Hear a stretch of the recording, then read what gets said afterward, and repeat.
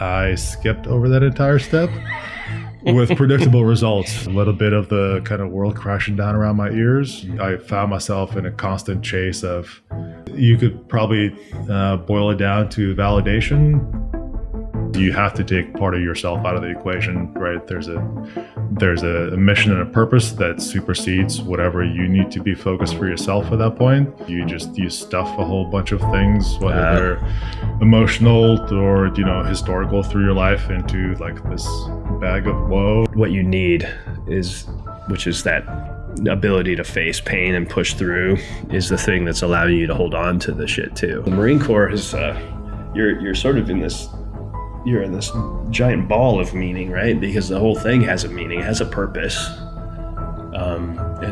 And you adopt the meaning or the purpose of the whole organization. And then now you're outside of that. And so what is the meaning? You knew what the mission was, you knew what was allowed and not allowed. And then jumping into something completely different takes preparation, I think, is kind of the hard lesson that I learned that I didn't invest in. I wish I had listened to the people who told me to just take a pause. I am the experiment. You can write your own story. Not stop trying and don't give into the fear. Before we get started, make sure you're connected wherever you listen. Follow us on Spotify, YouTube, X, so you never miss an episode. So, Roman, welcome. Thanks, Justin. Yeah, I'm really happy to have you here. What I know of you, you have a pretty amazing life, really interesting perspective, and probably a lot of really amazing things to share. And I'm just excited to get into it with you. Yeah, thanks very much. Thanks for having me.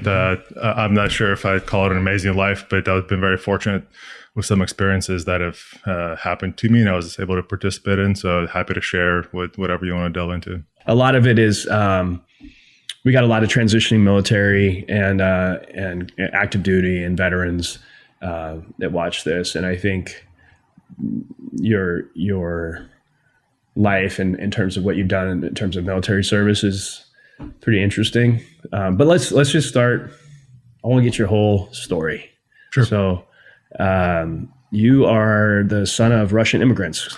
Yeah, actually, I'm an immigrant myself. So we came over, my parents and I, in 1991. I was 11 at the time, so went directly into sixth grade.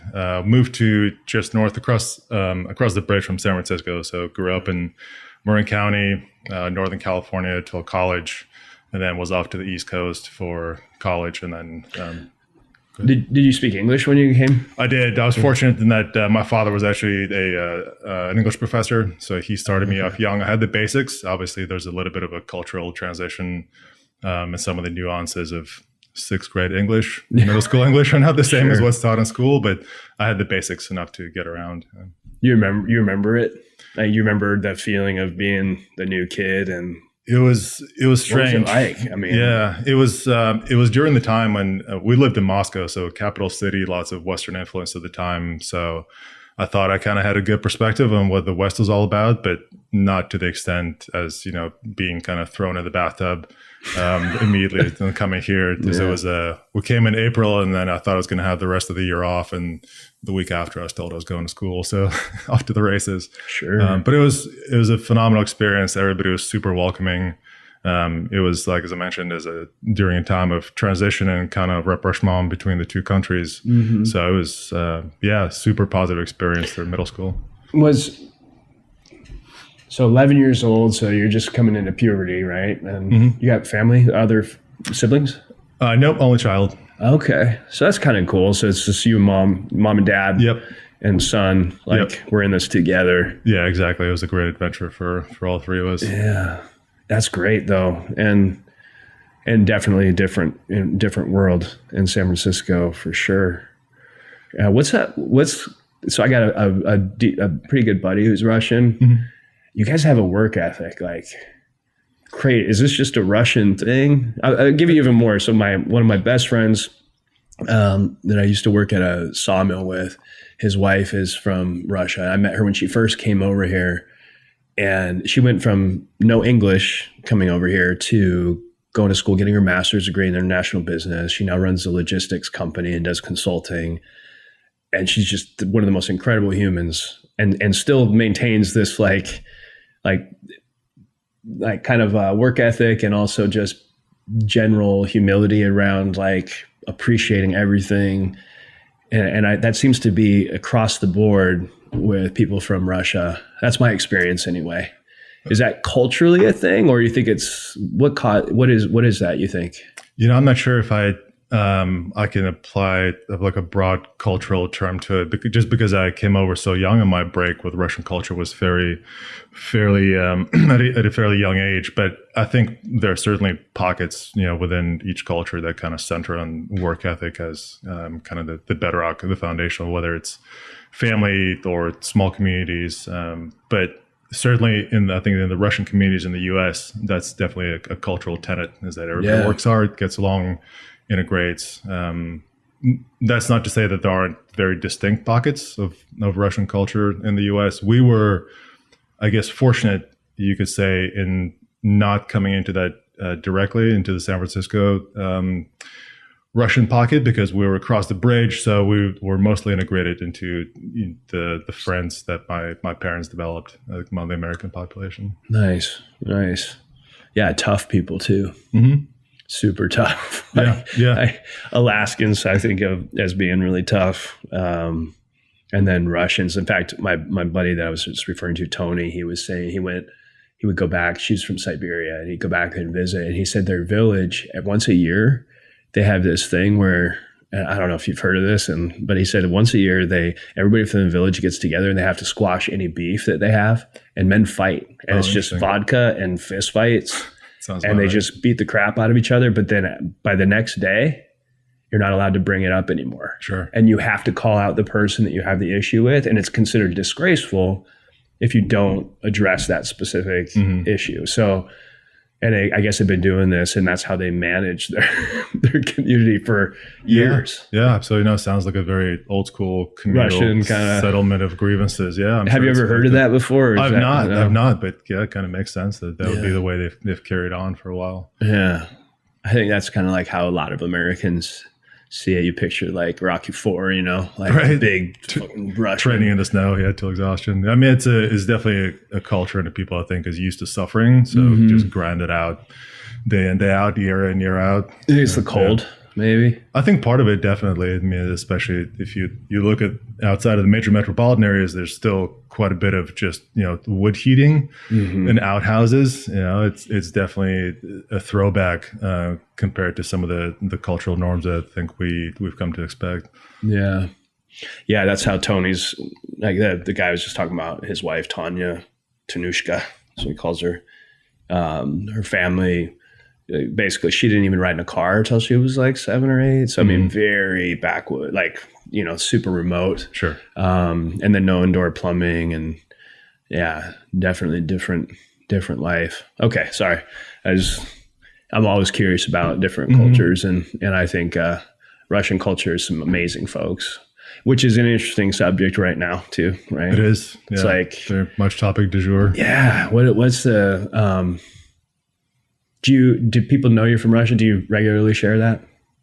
Yeah, I mean, I'm pretty open about it. The name kind of gives it away. There's not a lot of guys out there around named Roman, so that's one of the first questions. And then I'm aware I still got an accent, despite all these years. So it's a topic of conversation. I don't make it one, but it comes up sometimes. Do you ever feel tension around it?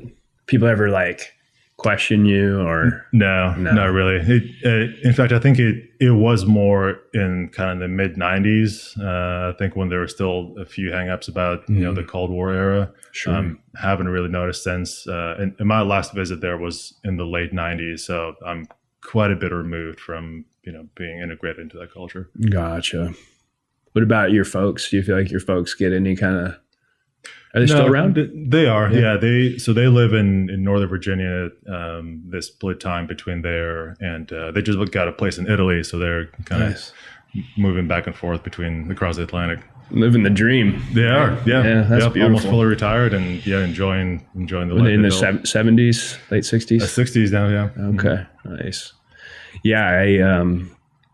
The reason I'm asking this is I imagine, we're in a pretty divided place in a time in history. And like I said, your story is fascinating to me. I mean, being from Russia, being an immigrant, and then your years of military service, you could have a perspective that could be really valuable. I mean, I imagine there's Russian immigrants in this country right now who feel stressed out around the tensions between. Do you have any thoughts on that, or anything that you think would be valuable to share with people that are from, I mean, China, Russia?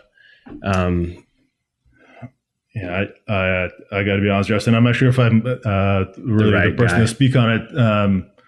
I think everybody who's an immigrant makes a decision whether the country they left is the right nation for them or the one where they've settled. And they're definitely, aside from the questions of allegiance, there's some cultural and political viewpoints that you kind of have to pick and choose, and they don't always align. I think it's a little different from somebody immigrating from the UK to the US compared to somebody immigrating from Russia or China. But everybody makes their own decision, and then wherever they're more comfortable, that's the place for them. Yeah. Well, I think your history is extraordinary in that, and your family, and you coming in and jumping into the military is really cool. Did you do that right at 18? Did you go to school first? No, I went to college. So I went to high school just outside of San Francisco, and then moved to Virginia for college. Went to a small liberal arts school. This is the late 90s, early 2000s. Always thought that I would do military service at some point, but it came about by happenstance. I actually did some grad school in the UK. Was married there, came back. My wife and I started a family, and then this was in 2003. It was just one of those things. We decided that maybe we should give this Marine Corps thing a go, and the rest is history, as they say. That's so cool. So if I was to meet you in high school, what would you been like? Were you into sports? Were you into art and creative stuff? Were you quiet? Were you social? I was definitely a quiet kid, pretty introverted, although I did play football, I think a year of soccer somewhere in there. And then always enjoyed art, but never would say that I'm artistically talented. Just kind of try to dabble in things that I enjoyed that made me happy. And then it was kind of a natural, well, I wouldn't say natural. It was a natural transition to go to a liberal arts school, but I went from the Bay Area to rural Virginia. Okay. So still at that time, it was quite a bit of a cultural shift, but great 4 years. Definitely enjoyed it. What was your undergrad? History, European history. And then I went on, did a graduate certificate, so just short of a thesis-based master's in European history, and did that in St Andrews in Scotland. Oh, man, that's so cool. I'm McMillen, so Scottish. Okay, yeah, it's actually a small part of. I'm mainly Scandinavian, but my name McMillen. So going back to, so you speak Russian and English. Do you speak other languages? I'll say that I understand other languages. So I took French in high school and college, which didn't get me very far, as some on-the-job training. Self-taught a little bit of German when I was over there, and then the Germanic and the Slavic languages are fairly easy to understand because there's so much crossover. So traveling in Europe is not simple, but I can get by with understanding Polish and some Ukrainian and Danish, and it's all kind of in a big mixing pot there. Nice. And everybody speaks English anyway, so whenever you run out of words to say in the local language, you can just revert to English. Yeah. He just kind of like mix it up. What about so if Dad was an English teacher, did he speak a lot of languages? He taught Cambodian at one point also. Cambodian? Yeah, but I think those years are long past. Alkun, that means thank you, I think. Yeah, I know a couple words. How did he learn Cambodian? I think he was basically told you will teach Cambodian, and then so he started self-teaching at the same time that he was instructing his students. But he's linguistically talented, so what do you call it? Polyglot? I believe so. Yeah, polyglot. Yes. Polyglot, yeah, that's it. So he's like super bright. Yeah, absolutely. Yeah, I was very fortunate to be in a family of very bright, very hardworking parents. What does Mom do? So she, for a period of time, was a florist. She worked as a finance officer in a company in Russia before we moved over, and then since for the majority of their time in the States, since we moved, she handled the finances for my dad's business, which did business intelligence and due diligence work across Europe and South America. Wow. Wow, that's incredible. So, okay, sorry, we keep no, absolutely. circling back. I'm just trying to get the whole absolutely. picture, you know. It's yeah, so that okay, so Virginia, liberal arts, history, and then you get an opportunity to head over to the UK. You do that, and that's where you meet your wife. Yep, we actually met while still undergrads, and then we went there both as graduate students. We're married, decided to start our family back in the U.S., came back. Where's she from? Milwaukee. So that's how I find myself in Wisconsin. Yeah. Okay. Milwaukee, born and raised, and that's what we've made our home since then. Wow. Did you know right away when you met her that she was 100%? Yeah. You guys still together? Mm-hmm. Oh, that's amazing. What's the secret? How do you stay married for so long? Nothing that I did right. I don't know. Finding the right.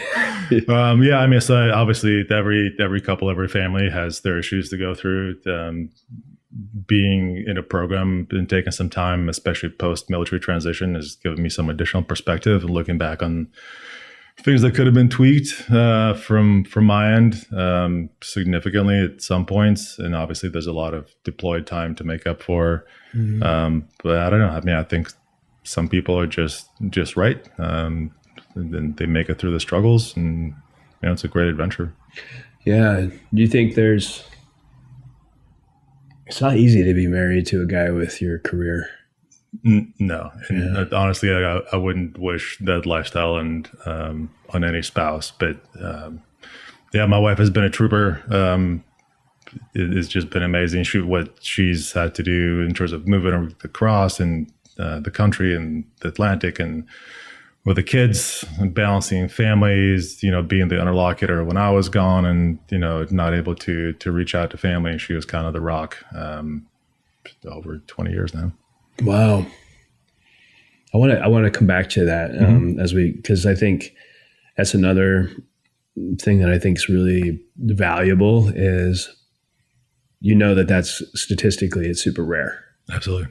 Yeah. And there's people absolutely out there that would be listening to this that are like, how do I maintain a marriage? How do I find the right woman for me to allow me, that will allow me to fulfill my purpose in doing the work I do. Right. And there's a recipe for it, man. And you know things that other people, I think, could learn from. None of us are perfect. I'm not suggesting that you had the perfect life. Right. Yeah. I don't know. I don't want to challenge that, but it definitely, I think for me, especially taking the last few months for some introspection and looking back, I think there's a huge degree of luck, but more importantly, patience from my wife's part, on my wife's part, and how she's handled all that stuff and how much grace she's given me through the years. Yeah. And frankly, you're right. The statistics are terrible, especially for folks in the military. In fact, I mentioned this a couple of times since leaving the service. I've stopped asking my friends how their families are doing, just because so often the response is, he or she left, the custody battles are ongoing, or whatever the troubles may be. It's disheartening, but I'm very fortunate to associate with really solid people. So there's never judgment, and obviously everybody makes mistakes and errors are involved in both sides. But and I have to give huge credit to the department since the start of OAF and OIF that it's come a long way in providing services, and actually, instead of just paying lip service to its family stability, actually implementing programs that build a bedrock under that stability. It's not perfect, but it's come a long way for sure. Yeah, I think that. So I do some work with Warrior Care Coalition. You're familiar? Yeah, and I love talking to those guys. There's some just really beautiful humans involved in.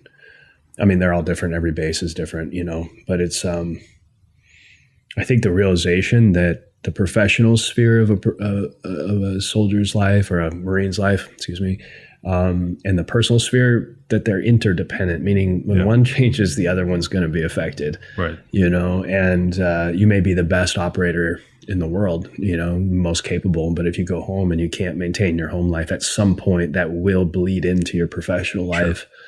So at the end of the day, it sucks, but I think for all the government, it comes down to just retaining people, dollars and cents. Mm-hmm. You wish it was just because they loved everyone, and I think they're realizing like taking care of families is important. And that it's ultimately going to investing in the future of the warfighter through the family is a key to longevity and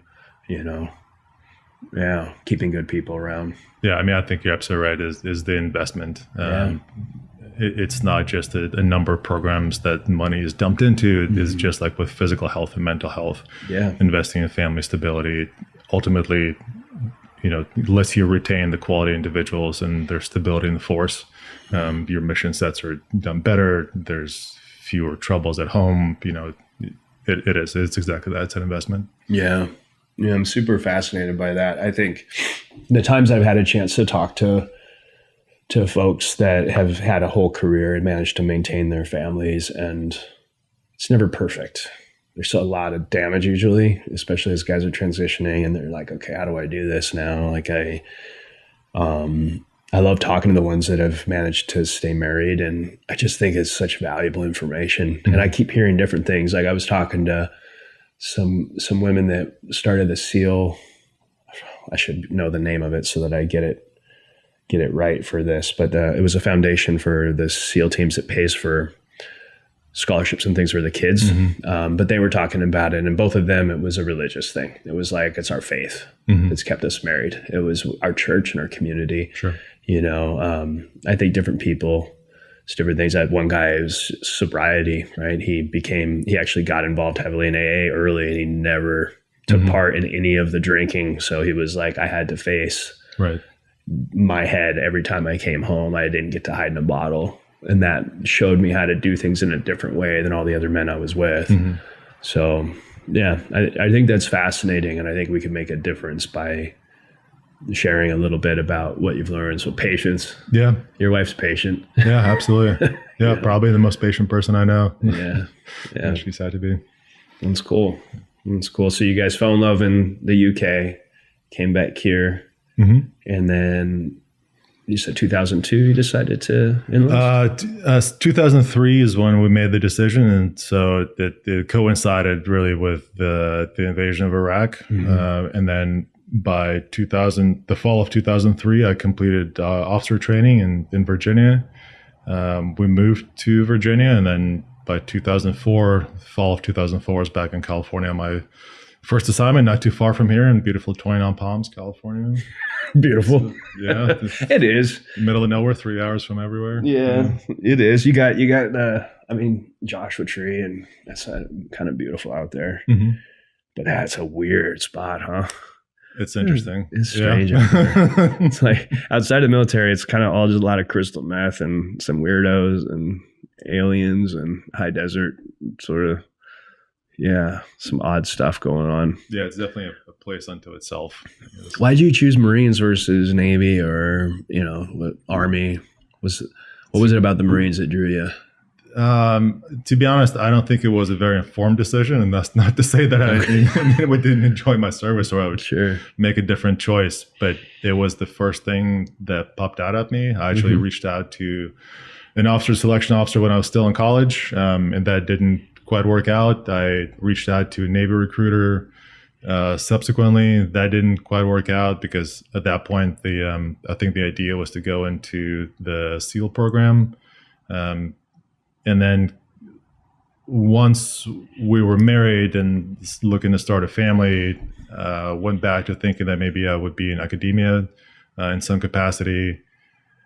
And that was just way more schooling than I think we were prepared at that point as people starting a young family. So came back to service, went out, saw the Marine recruiter, and next thing I know, the papers are signed. But you said, so Navy, so you were looking at SOF early on. I was, but this was after 9/11, but before we really got into it in 2003. So I had very little knowledge of it, and then it was also before the expansion of just how involved special operations became across the theaters. Yeah. So I had the opportunity to, I guess, grow with it, grow with our mission Yeah, sets. you're almost there for the entire GWAT, the Global War on Terror, right? Yeah. Pretty close, yeah. So what you said SEALs, why would you want to go in the SEALs? Is there something that, are you drawn to? It just seems super difficult. Yeah. So I think that presented an appealing challenge. Okay.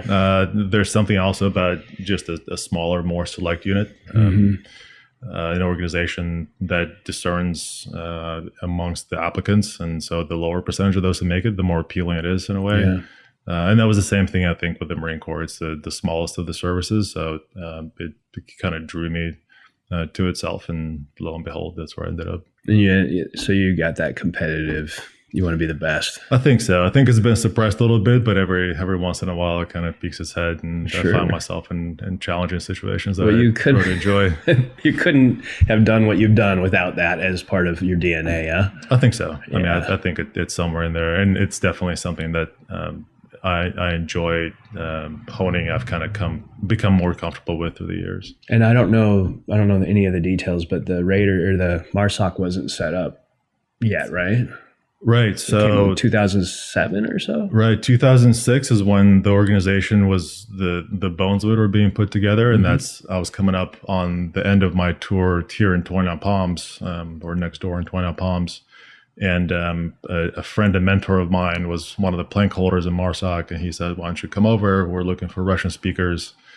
And 2007 is when we moved to Camp Lejeune, North Carolina, and things were getting going. And that's when I did my first tour with Raiders. So you were asked to come over. I jammed myself in there. So at that point, they had reached the numbers that they needed for junior officers, and I was fortunate to work for a now retired officer who I think saw some potential, and so he asked the command to see if they could make room for me, and then I came over as a senior first lieutenant, but really one of the more junior guys to get on one of the teams. What was it like? Because that was so early. It was lots of growing pains. The Marine Corps obviously considers itself, and I think rightly so, to be one of the more elite services. And then within that small contingent, there's this new thing that is told that it is going to be the coolest thing in the Marine Corps. And so between integrating into the SOCOM architecture and also trying to define itself within the larger Marine Corps tradition, I think there was a lot of exploratory learning, which is also an appealing thing for the men and women who came over to join the organization. So it was heady days for a couple of years till we really hit our stride. But the Marines who came out of the force reconnaissance community, who stood up MARSOC with first and 2nd Battalion, and then 3rd Battalion, which is where I went, kind of laid the groundwork for all of us who followed in their footsteps. So Force Recon gave birth to MARSOC. That was the way it was initially structured, and then the Marine Corps brought those force reconnaissance companies back because they still needed the capability. Sure. It's interesting. You think of Marines as just everything they do is already like special operations. It just, you know what I mean? It's like, I don't know that anyone's explained to me what MARSOC is in a way where I'm like, okay, I get the mission set. Could you give a go? You were in it long enough to have us. Sure. Well, I think what makes you different than everybody else? And so I'm going to give you more. So what makes MARSOC so you got the SEALs doing their thing. You got Delta the Rangers and all that doing their thing. And then you've got you guys. What is it that you do that nobody else does? Is that the best way to ask the question? What do you think? Sure. I think it really is. Yeah. To be very frank, that's a question that when I was still in uniform, had been asking ourselves for a long time. You know, what is the purpose of MARSOC within the larger structure? because essentially it was the Secretary of Defense, I think, who said, I want a Marine slice within SOCOM. And so thus it was done. But there was a lot of soul searching about what it is that we were able to contribute to the organization and the soft mission set writ large. And we're really not towing the party line. I mean, I think it is a true statement that the Marine Corps brought a piece of itself, the culture of the Marine Corps into the SOCOM architecture, and MARSOC has been that. MARSOC is also the smallest or one of the smaller components within SOCOM, and so that little slice, I think, was represented disproportionately in the mission sets. But it really was a close-knit, obviously distinct units, but within the organization itself, a close-knit community of men and women who came out with an understanding of what the Marine ethos is and how to implement that into a slightly different mission set. So very similar in a lot of ways to the other components, the SEALs, obviously, Green Berets, the Ranger battalions, but with a slight twist. And also because we're Marines, we do everything on the cheap, do more with less. That was part of the great adventure of standing up the organization and being able to try to replicate the missions that our brothers and sisters were doing, but trying to prove ourselves by doing it faster, better, cheaper. It was one of those great exploratory learning experiences. That's so great. Yeah, I haven't been able to define clearly what it is that I love about Marines so much. But we've been struggling with it over 200 years also, so you're not alone. Well, no, it's just, I mean, you guys are just extraordinary people. I have you met Brandon Fender, Hacksaw? I did, just last week for the first time. Yeah, he's quite a special human being. It seems like it's like high functioning folks who are just down to get it done, humble but honorable, not afraid to do the dirtiest job, not too proud, but also proud. It's like such a crazy thing. Like I just love Marines just in general. I would hire, to work at Treehouse, or, I mean, I specifically look for folks with that background because it's just a different kind of animal. It's not like none of the other ones are bad. I'm not saying, but it's pretty extraordinary. I mean, you know this. Sure. You're a Marine. My grandfather was a Marine. I mean, he had like the bulldog on his arm with the cigar. He was a World War II veteran. My dad was in the military. I've been around. I mean, I grew up in the military family, so I've been around it in different ways. But yeah, I'm a big fan of Marines. So that's so cool. So you stood up, you were part of that. You got to see it, find it's still trying to find its legs, right? Yeah. What is its mission set? What is it doing? And then, so what did you do? What was your first, can you talk about, you want to share anything about? So I'll just also, when were the kids born in there? Because I want to try to track family life as your career is growing. So we had our son was born before I came in the service. He was very young. He had his then first birthday after I was commissioned. So the family in tow moved around with a young child, and then our daughter was born towards the end of our assignment here in 29 Palms. Okay. I was actually deployed, wasn't able to make it for the birth. Was back within a couple of days, and then the four of us made the move across the country. So my first assignment with MARSOC was when we still had this assignment as an assistant team leader. So I was one of two officers on a team, and we went and did training missions in the former Soviet republics. So being a Russian speaker, it was handy, that instant rapport with our, at that point, Tajik counterparts. We had some sister teams that did. Where was this? Can you say? Yeah, so Tajikistan, this is circa 2007, 8. Obviously, still lots of simmering conflict before the big blow up on the Afghan border. So we were helping the Tajiks control their border with Afghanistan and really building a partnership there. So the U.S. would have a strategic foothold as well. And then took over that team. So I was able to do 2 deployments with them. Did a deployment to Afghanistan, and then came back. And this was before we had a lifetime assignment in MARSOC. So I had to rotate back to the larger Marine Corps force. And that's when I did my assignment in Milwaukee. So super lucky to get back home for 3 years. I worked with a Marine Reserve infantry unit there, and then went back. How old are the kids now at this point? Oh, that's a lot of math you're requiring me, Justin. So both kids were in school. They were fortunate to go to school right next door to where we lived.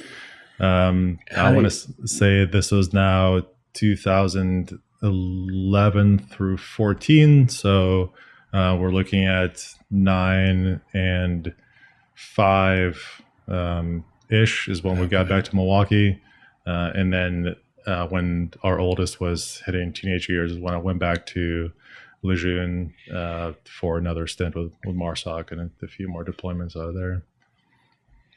How are you balancing being a dad? And I mean, that was probably nice to get that few years. It was. I mean, not without difficulty. I mean, again, it was reintegrating into a normal civilian community, reestablishing a family routine, trying to balance all those things. And all the instructor role that I was filling also has a lot of community engagement. So being involved with retired Marines, being involved with the community in terms of being the flag bearer at funerals for Marines who have passed, the larger veterans organizations in the metropolitan area. That's super rewarding, just a phenomenal experience. But there was always that itch to get back to something a little bit more active, and this was at the halfway point of my career.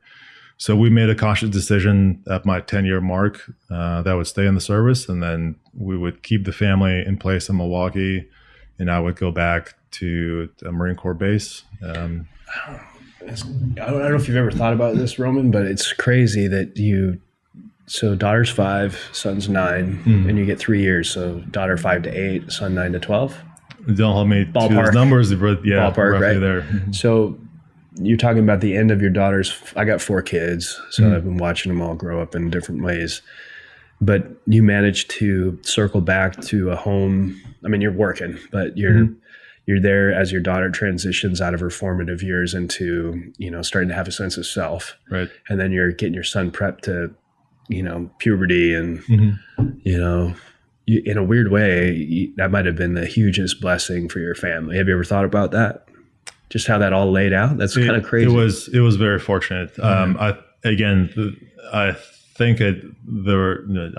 know there were lots of things I could have and should have done better. Sure. I think I didn't take full advantage of the opportunity. I'll say that. I think I spent more time away, whether it was just training for races or doing work on weekends than I should have. Races? Did some ultra marathons, not competitively, but just something I got into for a few years. Not like Bobby. Bobby is way faster and more put together. Ultra, like 50 miler? Yeah. Okay. I did 48 miles. I don't do now, but I probably will again, but Ironman and all that stuff. So I'm into all that. Nice. Yeah. We used to do them here, just like unsanctioned.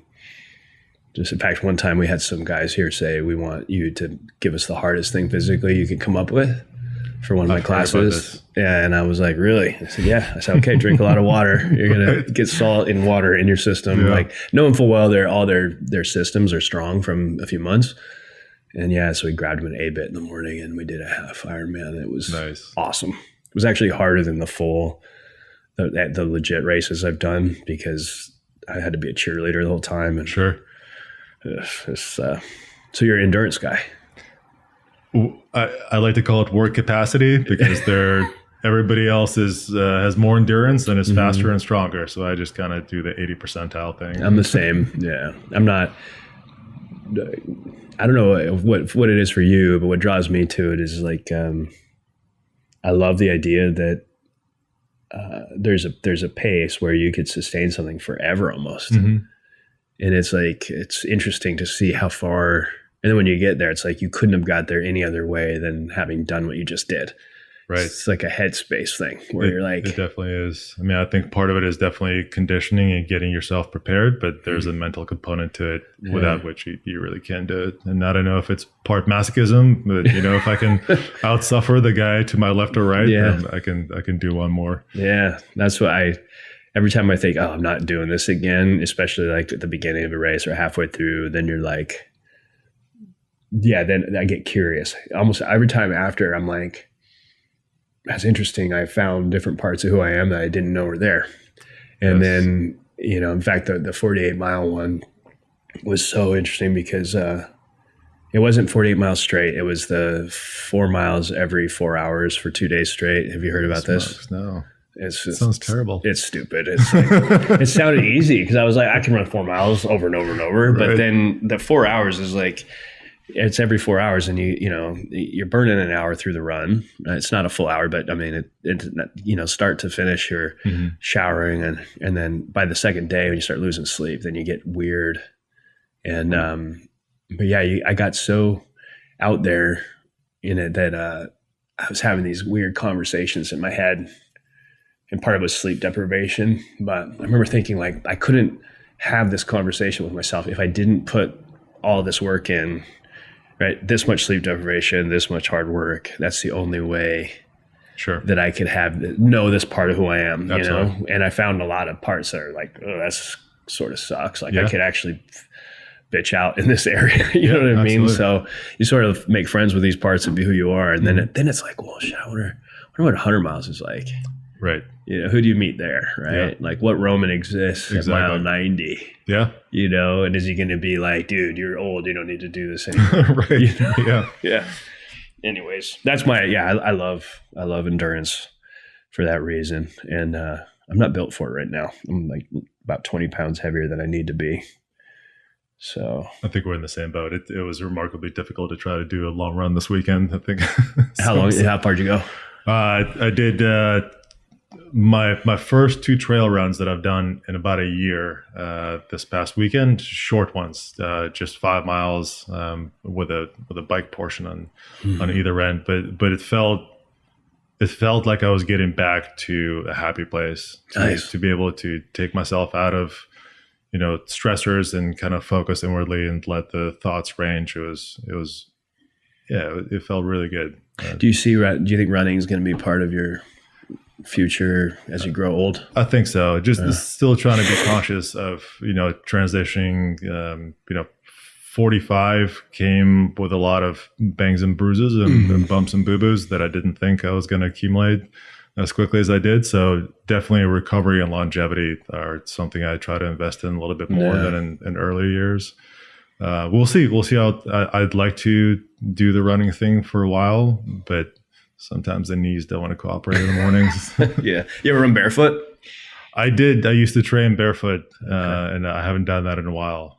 That's my thing. Yeah. I'm into it. Yeah. I feel like that's protected my knees over the years, just learning to kind of prance, for lack of a better way to put it. But yeah, there's a great book. Have you read Born to Run? Mm-hmm. It's so good, huh? Yeah. Yeah. And they're remarkably great for folks like us with lower back problems. I mean, within a few weeks, it completely realigned everything. And so you're into it. You know the whole philosophy, Christopher 100%. McDougall's whole thing. And, yeah. There's another one he did called Natural Born Heroes. Have you heard of this? I've not read that one, no. So this one's about fascia. And he was studying this. The whole thing is set in World War II, and there was like saving these hostages. You got to read it. But he's really fascinated because the only way these guys were able to save these hostages was to scale this insanely high mountain and come down the other side in a really quick amount of time. And he's like, how in the hell did they do that? And come to find out that people in this village have been running up and down these hills for years. And he discovered through that and looking at martial artists and whatnot that there's a whole other energy system, and I'm butchering it. So, anybody who's watching this, but there's a whole other energy system, which is fascia. And it's, and he's saying that it's almost like a spring. and that the tension of fascia can, if you think of it like doing a push-up, like as you're coming down, you're actually like loading the spring, and then the fascia slams you back up. Sure. And he talks about this even with running, and he thinks this is sort of the next frontier of fitness, that we're going to start looking at this more. Okay. Yeah. I don't know, but it's a good book. Yeah, I'll pick it up for you sure. should check it out. It's written the same, like how he wrote Born to Run. It's like engaging, and Right. So, yeah. Okay, so we were life story, and you were your kids. You're now going back to Lejeune, roughly 8 and 13. Your children. Was wife happy you left? Frustrated? Do you remember? I don't think anybody was happy about separation. Yeah, of course. I think it was one of those, again, it was a conscious decision that we made together. In retrospect, I probably, through my demeanor, was leaning a little bit heavily on leaving and going doing the next tour. But we had to decide either, at the 10-year mark, I was going to leave the service and do something in the private sector, or we're going to continue this and really take it out to the 20-year mark for retirement. So we settled on the latter, went back to North Carolina, deployed to the Middle East for a short tour, and then came back and was working in Lejeune, still at the organization, and was fortunate enough, this was 2015, to be given command of a company. That's when we went to Germany, and our mission set focused on Africa. So kind of the best of all worlds. My command element was in Germany. The teams were on the continent in Africa, and I was given free rein to travel as I saw fit, and help the guys and girls on the ground do their job, and also given a lot of leash by my commanders to develop a mission set just in accordance with fairly broad guidance, and we dialed that in as best we could. Came back to... Stop you there. Sorry. No, it's okay. So you being in command of such incredible human beings, what was that like? Leading men of that caliber? It was humbling, for sure. I think I could have probably stepped away at any point, and the organization would have kind of run itself. So it, not just removing myself and putting everything in the extraordinarily capable hands of the guys who are on the team, on the command team, but also the teams, just the way the organization is built. Each team is made to operate autonomously, and that's what they did for long periods of time. They would submit their reports. I'd say, you're knocking out of the park, keep doing what you're doing. And they did that. The closeness of the organization, not overbearing and not awkward, but just everybody knew their job. Everybody knew what they had to do. Everybody knew when to ask for help. I think importantly enough, and being comfortable with that, it was one of the more remarkable times in the years that I did in the service. Yeah, that's another rare thing about your life. I mean, being able to be in a leadership position with so much so many high caliber humans. Yeah, absolutely. I mean, what an honor. Yeah. And a learning experience. Yeah. There are things just as with running that I discovered about myself that I didn't know, both good and bad. Through that experience, being able to learn everything from, the tactical perspective to how to operate in an operational space and the larger strategic environment, interacting with general officers and ambassadors. It was a pretty mind-blowing experience. I don't think I'd trade it for anything, maybe for some time with family, but that's a different thing. Yeah, what do you think, is there anything about leadership that you feel like you've learned that would be valuable to share? Wow, that's quite a question. Yeah, that's my job. So I think with the years, what I learned is it's fun, right? We don't do it because it's a chore. We do it because it's really challenging and really fun.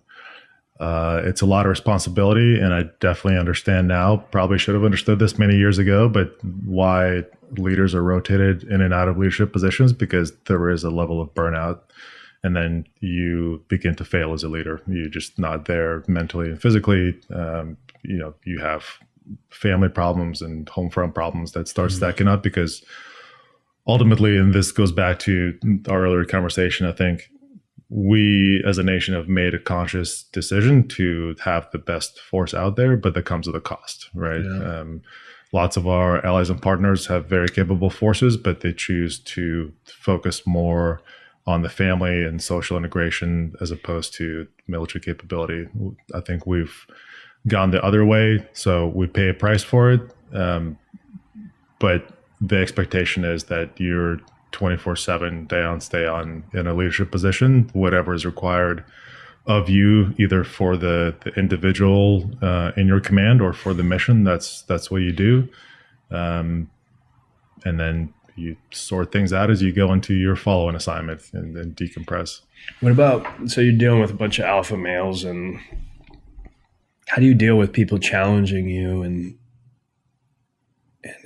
how do you maintain respect outside of just, this is my CO and I have to do what I'm supposed to do, right? Like that's, you know what I mean? Yeah. It's like there's a leader who is like declared your leader, and there's a leader who you want to be under their wing, right? Yeah. How do you be the leader where men want to follow your lead?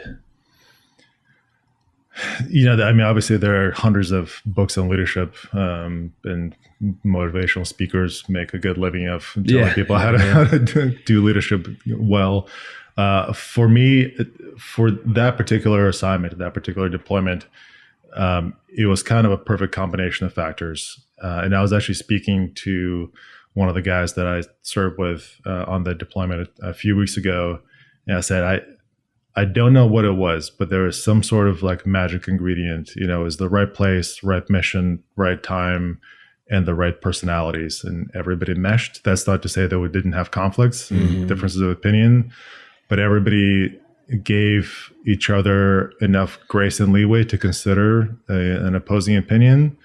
And then at one point, the decision had to be made, and the person who made the decision knew that it was a responsibility, and ultimately he held not just authority, but potentially the lives of other people in his hands.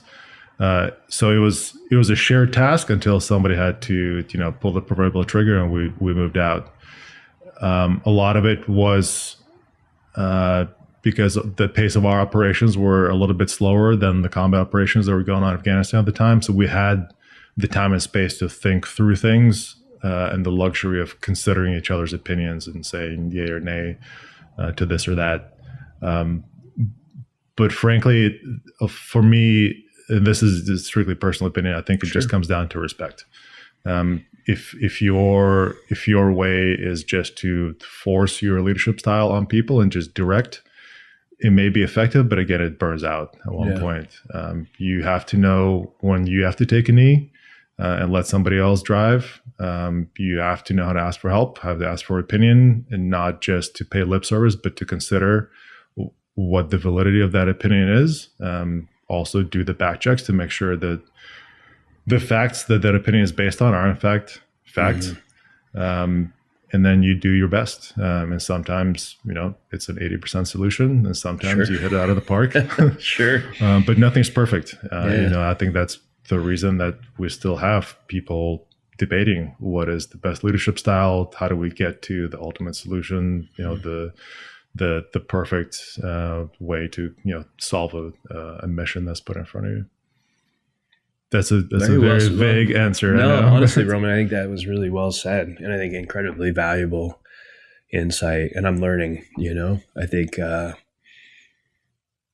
I'm in a leadership position, definitely not the same as what you're talking about, and I'm obsessed with this subject. And there's a million theories and ideas, and I think go ahead. And I was going to bring up the fact that what you just said exactly. I think just the continuation of learning, I think is that has to be the hallmark of any great leader. I certainly wouldn't put myself in that category, but I think I tried to learn as best I could. One of the great things that I came across, because my wife told me, and this blew my mind. She said, Robert De Niro still takes classes, like acting classes in community theaters. I'm like, that's incredible. To be able to have the humility to still learn after an accomplished career. I think that is what leaders should strive for, to be able to better yourself. You're that guy, right? I wouldn't say that I'm that guy, but I'd like to be that guy. I have to tell you, I've asked that question to other people, and it's interesting to hear the way people respond. So you get G.I. Joe's like, you got to do it like this, and you got to do that, and it's like the fact that you're hesitant to say that for sure is probably a big part of why you were very good at what you were doing, because it shows that you're humble enough and open enough to listen. And I mean, dude, male ego is the most, people kill over it, and it destroys us, and it can also be our greatest power. And so here you are managing all of these men who have tamed their ego probably to some degree, or they wouldn't be in the position they're in. Right. You arguably were leading in a space that would be one of the hardest spaces to lead in, because you're dealing with very powerful, high-functioning people who are selected to be there, who may want to challenge authority or challenge ideas. Right. And then knowing the healthy amount, because you want challenge. Sure. You can't be better unless you have people challenging, but then knowing when to listen. So all the stuff you're saying is great. If you'd like to see more of this content, please subscribe to us on our channel on YouTube. You can follow us on Spotify or on X. That's great. Anybody stand out to you that you led that was just an extraordinary Marine? Or so, or I won't mention names, because I can't name all 126 people that were in the company. Sure. And leave somebody out. So as I mentioned, I was the latecomer to the company. Mm-hmm. The company's already formed and going through its pre-deployment cycle. And my boss at the time walked into the office and said, "Do you want the company? Go start." I was like, holy smokes, okay. So that started me off on a humble foot already. So I came in, the unit was functioning, firing on all cylinders, and the command element really set the pace. So there was an executive officer, operations chief, an air officer. You guys were responsible for making kind of the top tier work and providing the leadership and the guidance to the team commanders and the team chiefs who were executing the actual tactical actions. It was just, again, like a great mesh. Where you're at in your life right now is... Yeah. So, definitely taking some time to reflect and reevaluate, get a broader picture of, what are the things you need to fix if you're honest with yourself. I've kind of been using the analogy for myself of a foam roller, right? You roll it out, and then you get to a point where it's like, well, that feels uncomfortable. It's like, oh, that's the muscle pressure point. Like, push here. Sure. Right. So whatever you're going through your day, like whatever feels bad or uncomfortable or like I don't want to do, like that's the thing to address in the moment. Like I don't feel like talking right now. Like I'm grumpy. I got to work through that. I don't feel like doing this exercise. That's the one I need to do right now. Yeah. It's fairly simple, but for me, as somebody who very often fails at, being disciplined, that's kind of the beauty of it, is that the process is simple. You just got to do it. Yeah, exactly. I think, how do you, very often fails. You didn't get into the position you were in the military by failing in discipline. So how does that make sense? Some of it is probably not super pretty, and a lot of like self-criticizing yourself into doing things. Some of it contributed to the baggage that I'm dragging with me and trying to work through right now, because you stuff a whole bunch of things, whether they're emotional or, historical through your life, into like this bag of woe, and then at one point you got to address that stuff.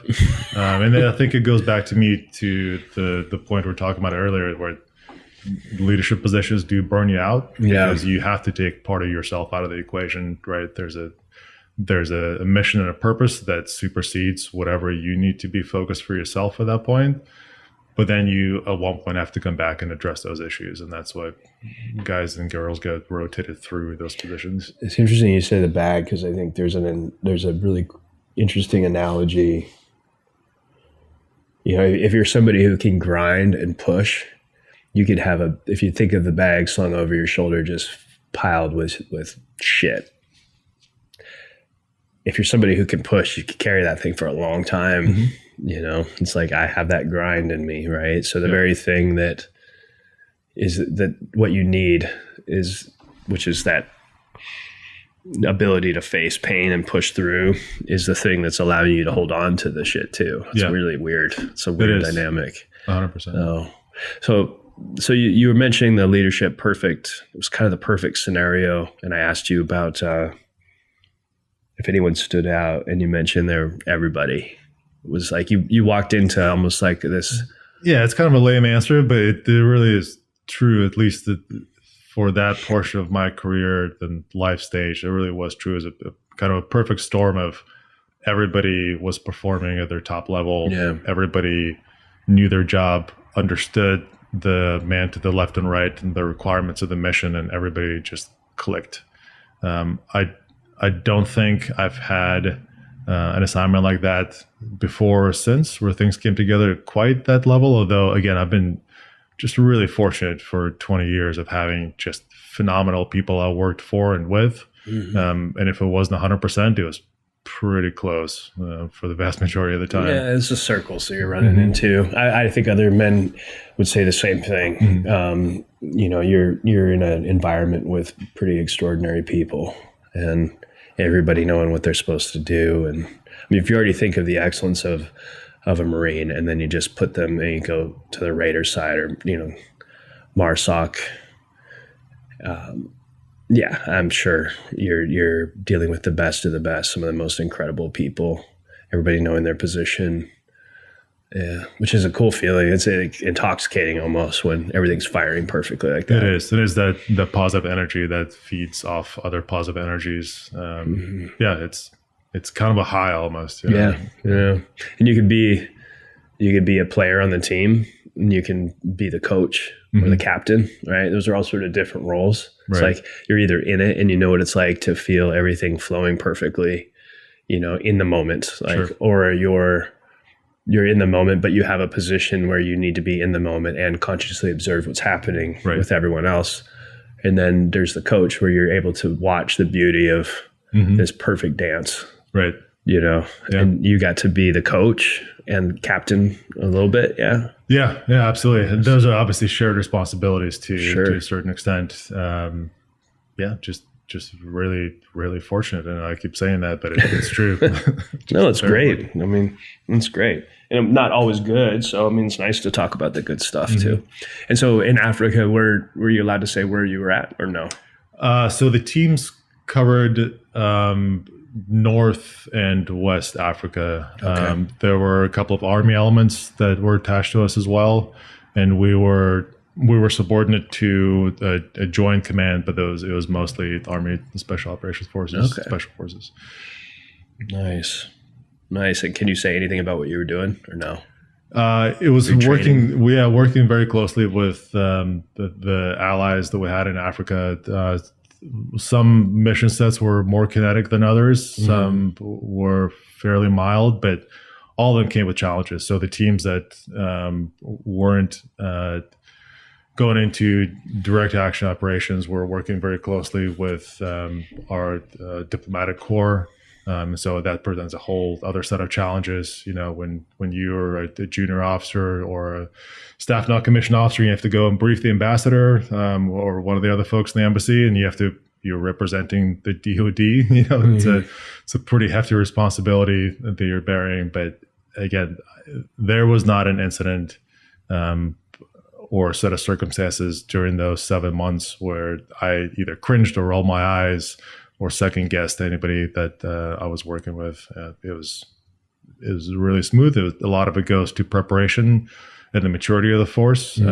There's a reason why Marines can't join MARSOC until they do their first assignment elsewhere in the force, and so that grows that maturity and develops it, and the kind of the taking a pause and thinking through things before you open your mouth, and that definitely paid a lot of dividends for us.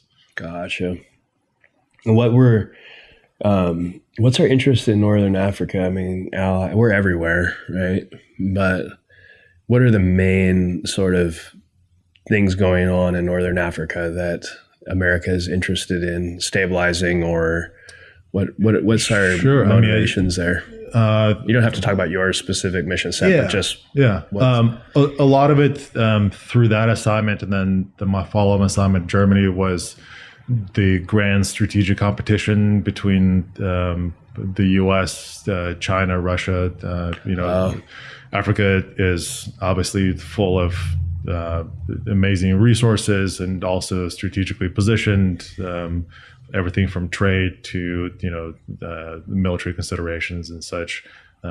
Lots of stabilization attempts for government forces who need some assistance. ISIS and ISIL were pretty active during that time as well. So kind of shepherding the resources and helping our allies, giving them a little bit of space and time to figure themselves out and develop their own capabilities. We took what was the bread and butter of the Green Berets, working by, with, and through their allied forces, and we replicated that mission set as well. There's a lot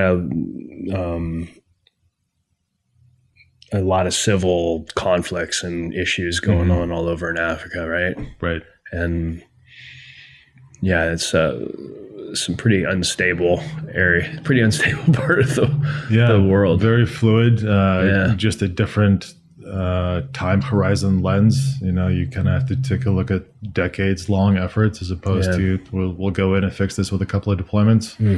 So lots of patience, again, going back to the maturity of the operator in a team who develops a relationship with a particular person, and he may not see the dividends paid from that, but 5 rotations down or 5 years down the road, that person whom he mentored is now in a position of influence and can carry, either America's strategic message or our alliance's message forward, and reinforce all of those values that we stand for. Yeah, it's crazy.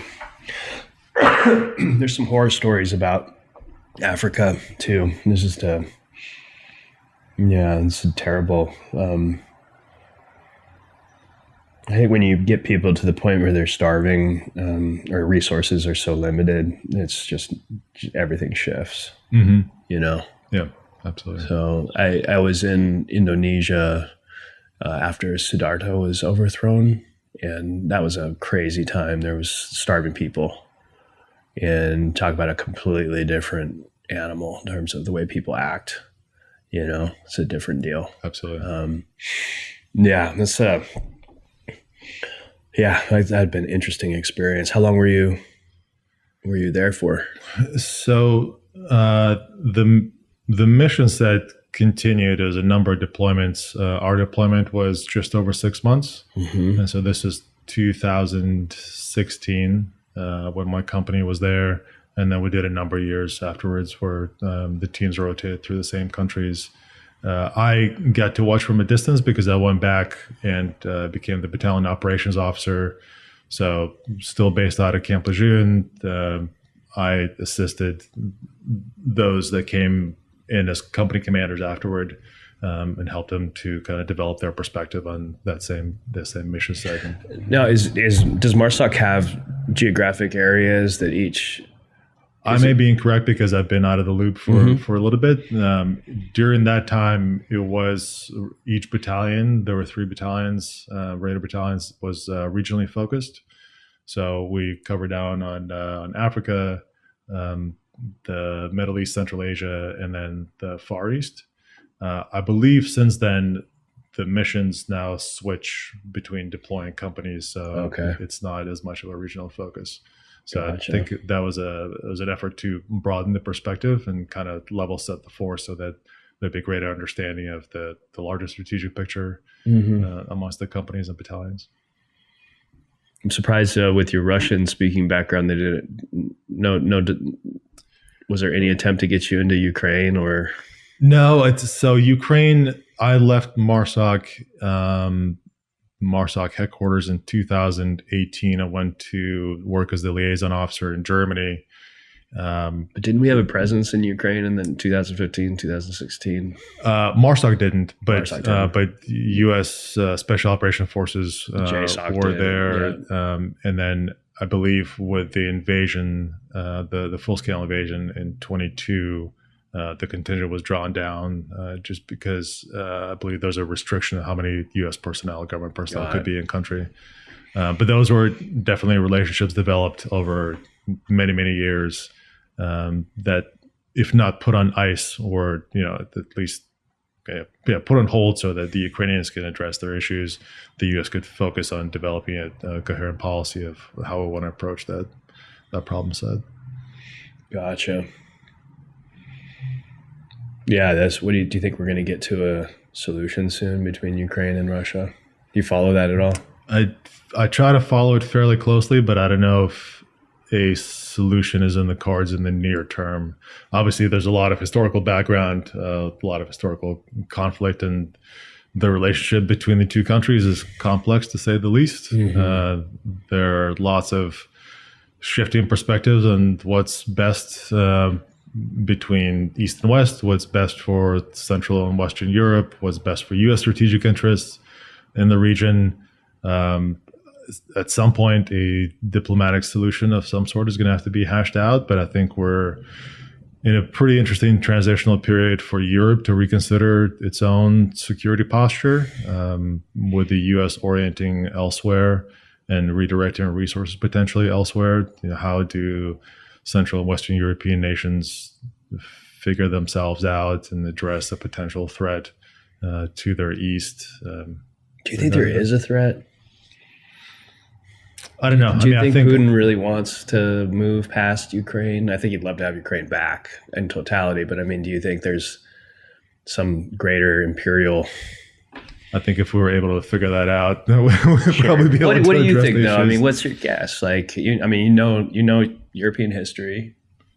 You certainly know some stuff about Russia and that part of the world. Do you think?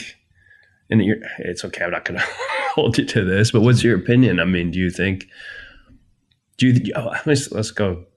You cool talking about this? Yeah. Sure. So, Ukraine specifically, do you think that Putin's plan all along was that he wanted to get Ukraine? I mean, obviously he has aspirations for that in terms of getting back to the old Russia, right? But do you think it was really just a strategy around like, hey, you're not saying what you said you were going to do with NATO, so we're going to do this? Or do you think it's genuine, like he wants to own the land and to have it be part of Russia? What do you think? I think Putin sees Russia's position versus Europe and the larger West as not ideal right now. So he's trying to advance that, right? Like a larger geostrategic, I guess, way to project Russia's influence, a nation that uses many tools at its disposal to advance its influence. And it likes to keep the rest of us a little bit off balance, right? So that we don't have the ability to counteract whatever it is that they're doing, to put our priorities forward quite as effectively.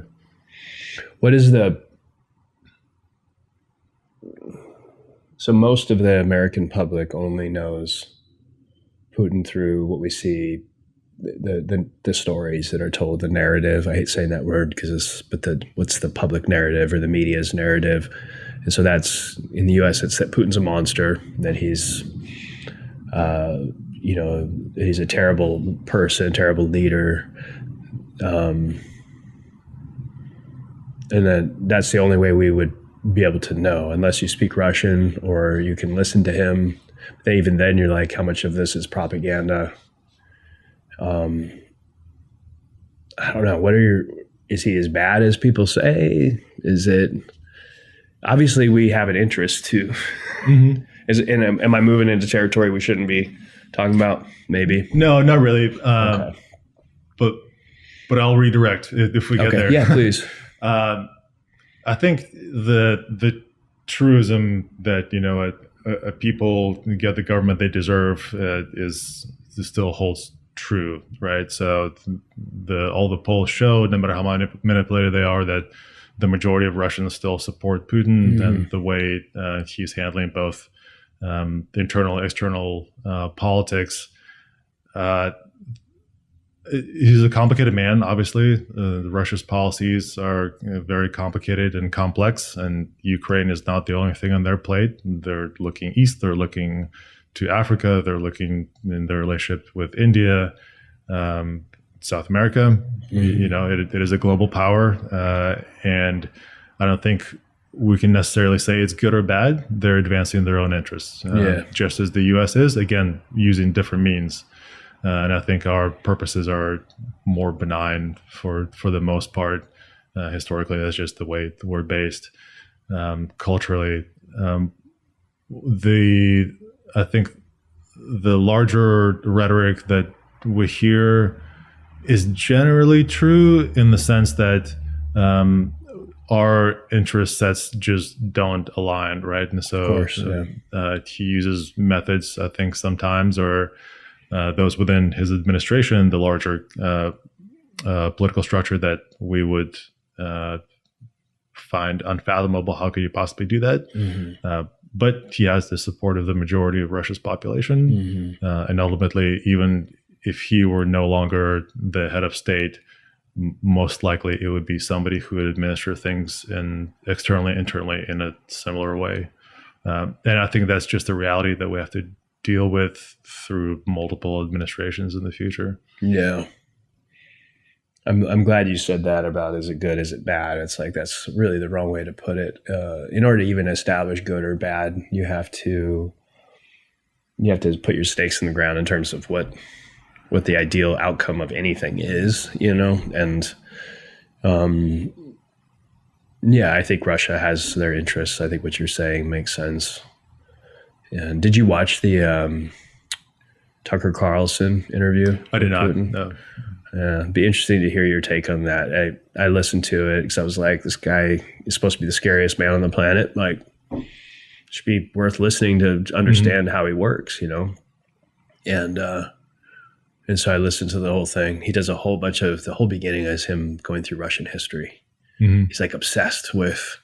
Yeah, this is what we, who we are. And it's crazy. I just got this weird feeling that being Russian is directly tied to the land and like, it's way bigger than just the time period of your life. Like there's this greater obligation. And I wasn't sure if that was just Putin or if that's like a Russian thing. Is it culturally a Russian thing? I think it is. I think like it's Mother the latter. Russia. Yeah, idea. kind of looking at the broader perspective and the longer historical perspective.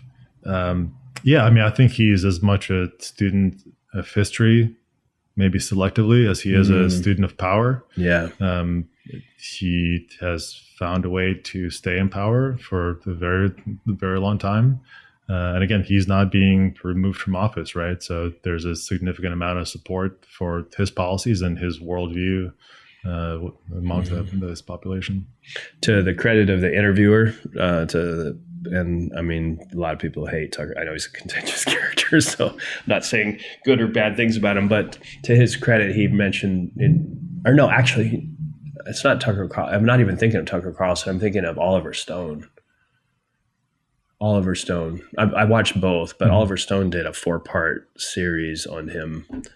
But he brought up several times, he's like, do you ever wonder if nobody's really giving you any kind of objective information because they're afraid of you, or you've been in power so long that you can't really see things objectively? And he just rolled right over it, Right. Wasn't even willing to look at it, which I thought was fascinating. It's like, that's one of the beautiful things about the U.S. is like, the problem is also, it's a problem for us, is this 2-term 4-year deal. It's like, that allows us to have this constant revitalization, or shift or change.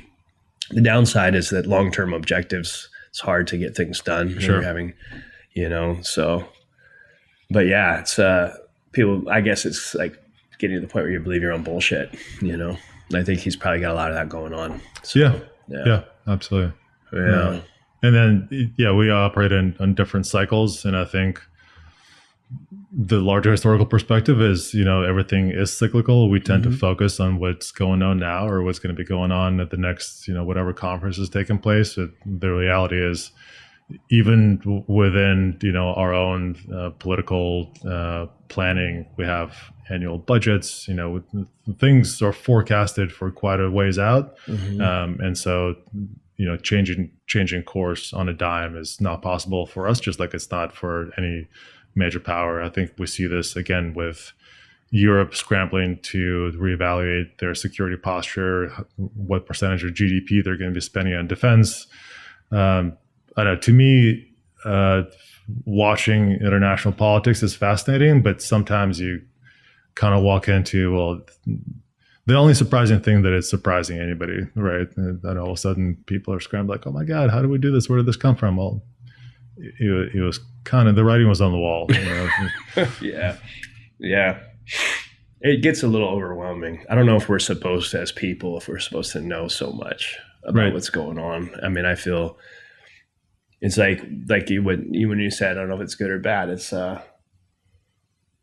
in order to have an opinion, I think that's valuable. If I ask people, what is this, the right way or the wrong way? You have to sort of establish what you think this greater idea is supposed to be. So you have to have an opinion about the global economy or how countries are supposed to be. And then even further, like how are these places supposed to interact and what's ideal?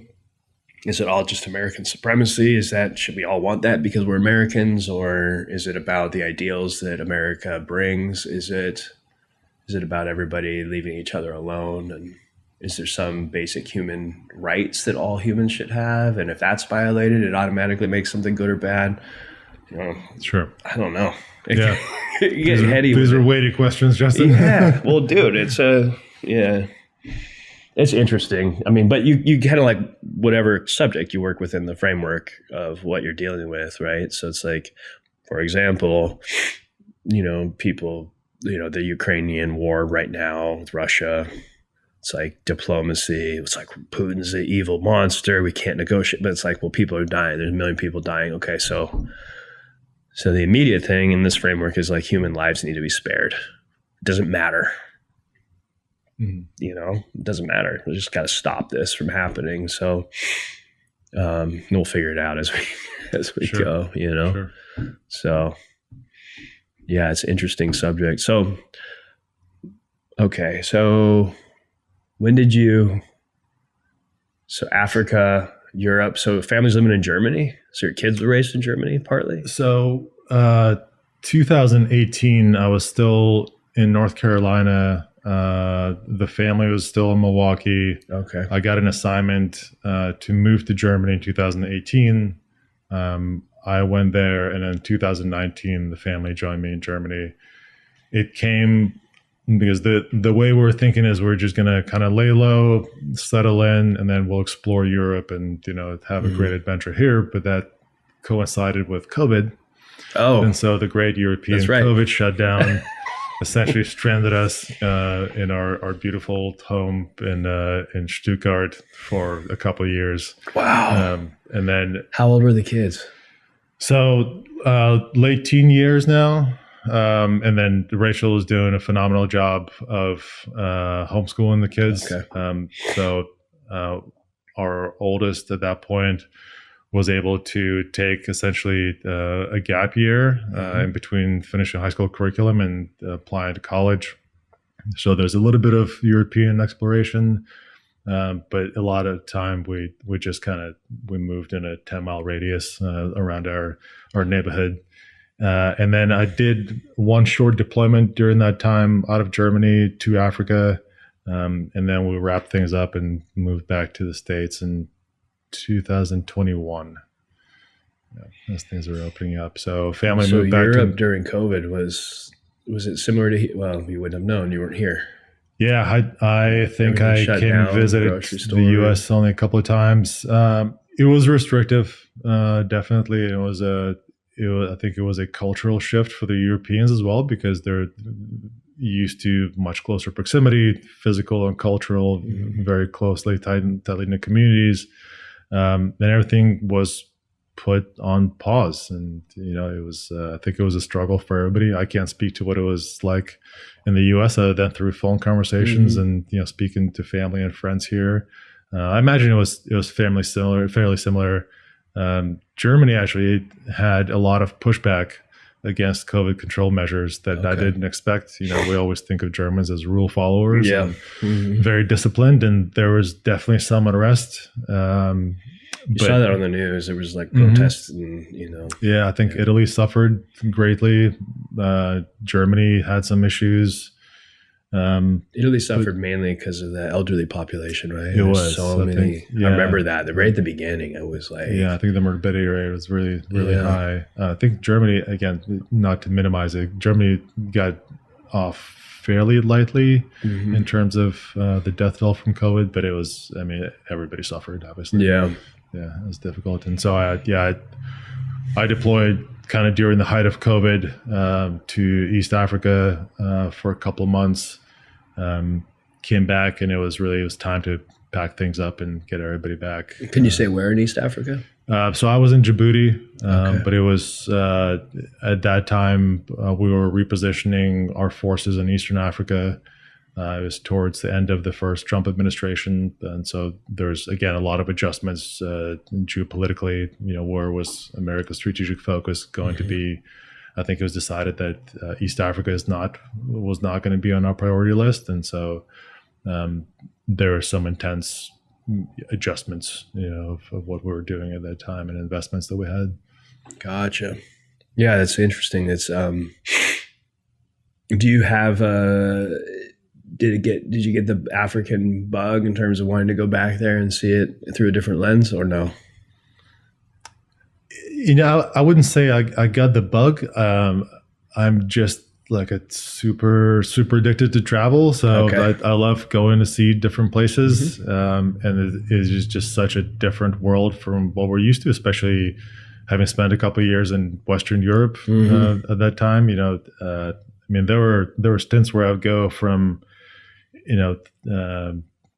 going to the U.S. Embassy in Paris and staying in a 4-star hotel, and then the next flight I'm in Ouagadougou and staying at a team house, and walking past the dead camel, or whatever the case may be. It was fairly interesting. Again, I was privileged to be able to be safe and to be taken care of by the teams that were on the ground. They were doing the work day in and day out, and I was just kind of a traveler passing through and building my own perspective on how things are working out and engaging with just a ton of hugely interesting people that were living lives completely different from mine, but just going about their business and doing the best for their countries is great experience. In all the travel and seeing different cultures, have you found that there's some basic human universal truths that no matter who you are, is there stuff that has popped out that have helped you kind of like see the reality of humanity? Is there stuff you've learned?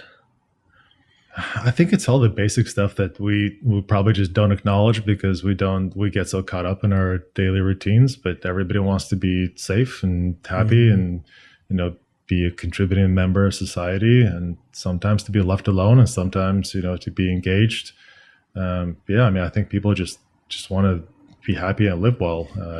Sometimes it doesn't work out for generations in any particular place, but I think people just strive to do their best. I don't think that's an earth-shattering truth. It's just being human, Yeah, but the way you put that, I really like. I think it is that simple. And you can't know that unless you've done and been to the places that you've been. And I think that's, yeah. And it looks different for different people at different times, right? There are cultural nuances, there are traditions, there are different ways families and society are structured. There should never be judgment, and one is wrong and one is right. But certainly there should be some common sense, I think, rules or unspoken rules about how we all interact as humans, whether it's nation to nation or traveler to traveler. Yeah. I feel pretty good about what the America was built on, the ideas, the ideals, and what we're attempting to do around that subject specifically. I think at its best, the ideal of like the founding fathers of our country here, I think it was like the greatest expression of humanity possible. And it's like a big test, I don't know that it's, and they all assumed that humans were inherently good. And that's still on the table for debate, Yeah, I mean, they set a pretty high bar, and as they should have, right? Yeah. It's something to live up to and constantly strive toward. Never easy, but it's better than having leapt over a low bar and then what do we do now with? Yeah. What you just said is perfect. I think that someone said, I can't remember where I heard it, but they were talking about how it's all an ideal. And it's not something, the whole idea is just to constantly be striving for this ideal. You never get there. Yeah. Which is, that's the bar is like, it's always being raised. It's like, what is this perfect expression of humanity, Okay. Yeah. And figuring out how to get there. And then of course, can we set up systems and frameworks that allow for that to happen? And yeah, it's weird growing up here. You can get really stuck in just thinking that's how the whole world is. Then you go other places and you see that people don't have the same thing, and it's interesting. But yeah, you think, I don't know how existential of a dude you are, but do you, through all of this and your time overseas, and have you mapped out have you got any sense of what the purpose of all this is? Birth to death? What's a good life look like? No, I don't know. I think it would be super disappointing if I were to all of a sudden discover it. It's kind of what I do with my hands now. Yeah. No, I mean, again, to say something super lame, I think is just to be good to each other and to do your best. We've moved on past tribalism and tribal societies. I think for the majority of the world's population would live, whether it's in cities or interconnected rural communities, we have to interact with a couple of billion people in the world to some certain extent. And just to try to be happy without taking the happiness away from somebody else. Whether, again, you're head of state or, you're just like an average guy like me who's trying to get a job and do his best for his family. I don't think that's lame at all. I think people make things complicated because they don't have an opinion, or they just think they're supposed to, or they're lost on some path. It's like, I think it all comes down to really simple shit at the end of the day. So that's great. So COVID ends. You end up back in Milwaukee? The family goes back to Milwaukee. I actually go to the Washington, D.C. area. Okay. I was supposed to train to be the Marine attache to go to Rome, Italy, and decided that was not going to be the best fit because it would take me away from really any physical communication with the family for a couple of years, because they would be in the U.S. and I'd be back in Europe. Would it be like working at an embassy kind of a thing? Yeah, so it would have been paramilitary. Okay, got it. Okay. Yeah, so obviously it's Western Europe, so it's not exactly a hardship tour, but to be able to get home only a couple of times out of the year was not something I was looking forward to as kind of the capstone of my career. So how old were you at that point? So this is 2022, so 42, I think. Okay.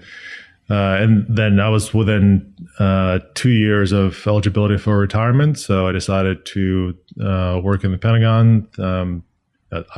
I was able to work out a deal where I would spend my last couple of years at the Pentagon, and was working at headquarters Marine Corps for a little bit. And then when I think it was about a year and following the full-scale invasion of Ukraine, I had the opportunity to work on a project in the Pentagon that dealt with that situation, and so able to put my Russian language skills to use, and some of the connections that I had in Western Europe at that point.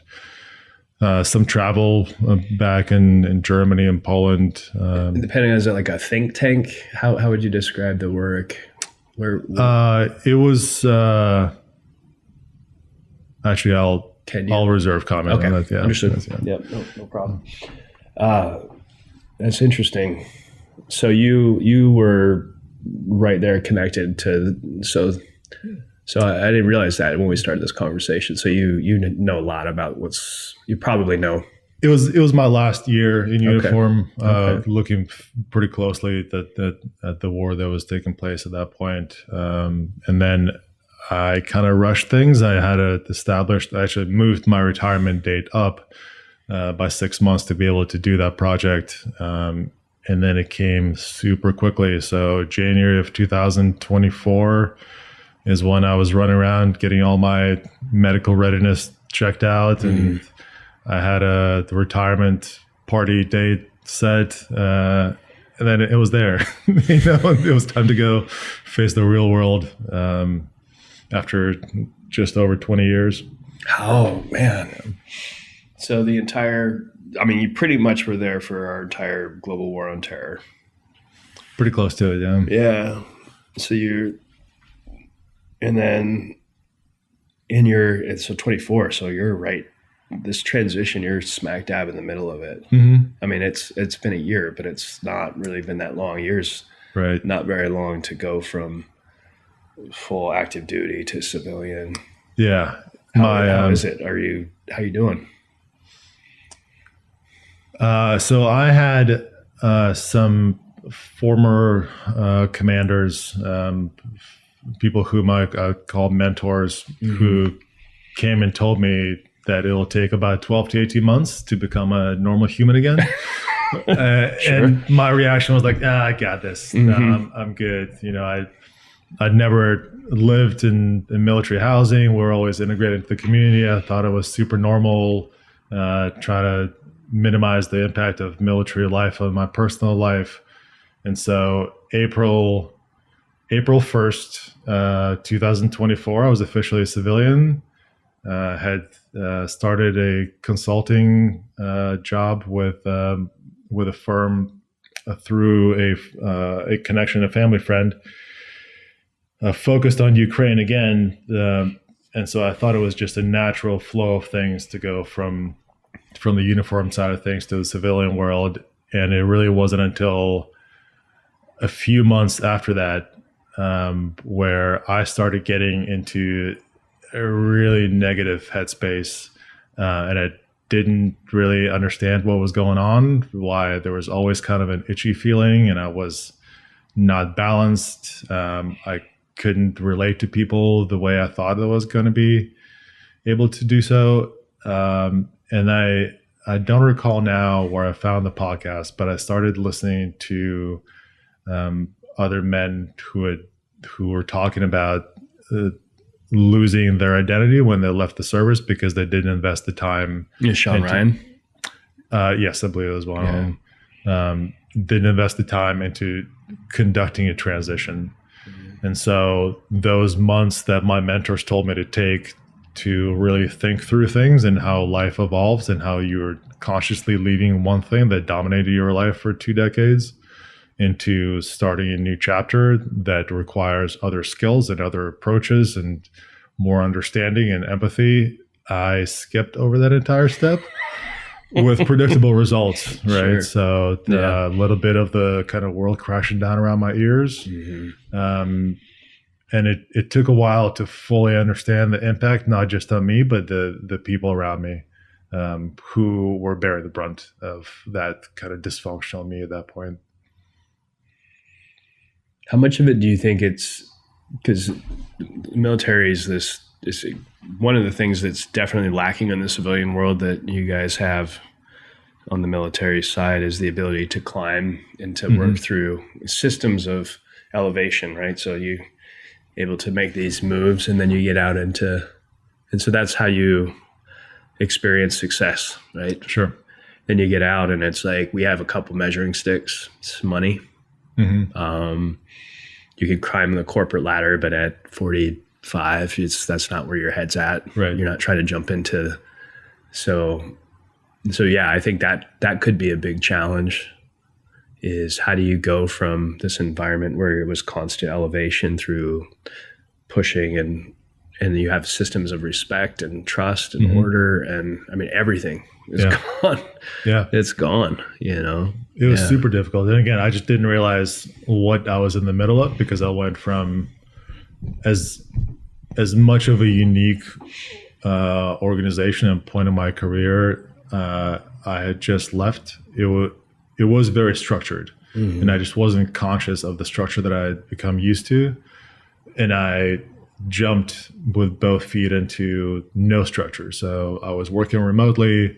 I was given all the leash that I could handle to travel and engage with folks in Europe, set my own schedule and develop my own set of projects. And the measuring stick just wasn't even there to give me any sort of guidance. So that became difficult to handle. And so I found myself in a constant chase of, I guess you could probably boil it down to validation, or at least benchmarks that I should have been able to hit and kind of gauge my own progress, but those weren't there. And so I kind of outpaced my own ability to work those projects to deliver to people what I was trying to get them to or get myself to.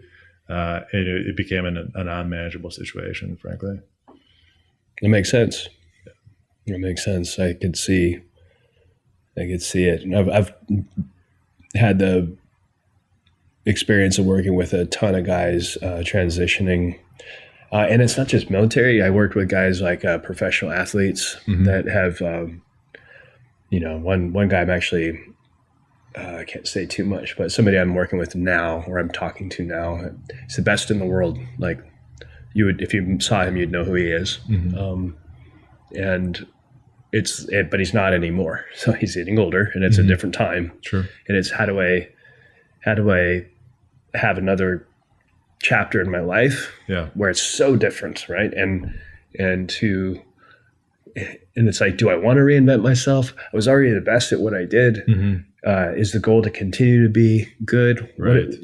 And every time it gets down to these incredibly existential conversations. Like, what is the meaning of all of this? Yeah. It really does. I've worked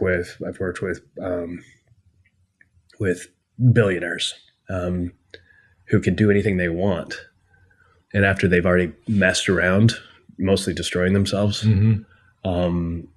it's like, what's the point? Right. And it's crazy, but that's where it all comes down. Like, what is the point? Yeah. What's a good life look like?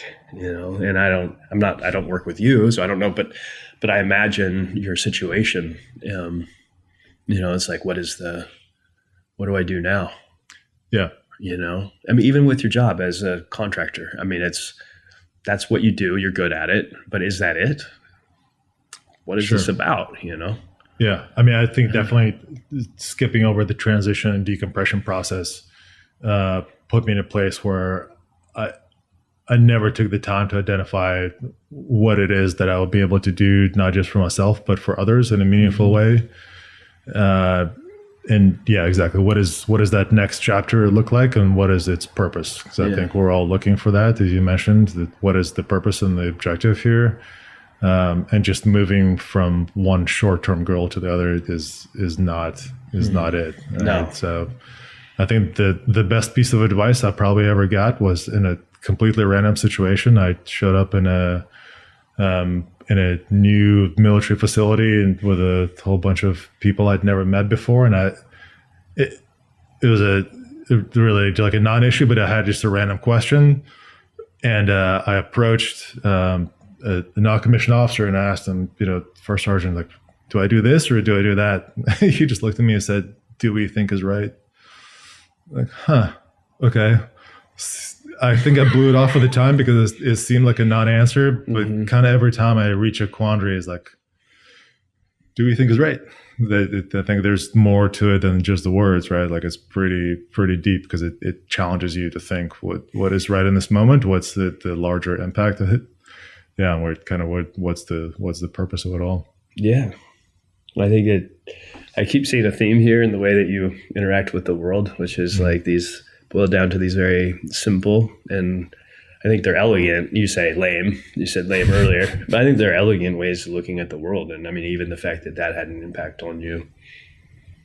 Yeah, I don't know what. I certainly don't know what the meaning of life is, Roman. But I think it seems like people that have a lot of meaning in their life are happier. Yeah. It seems like that's a fuller life. Yeah, absolutely. You know? I think you're absolutely correct too. When you said that we tend to overcomplicate things and then we just kind of get lost in the noise. Yeah, right? yeah. It's just there's so much. There's so many things.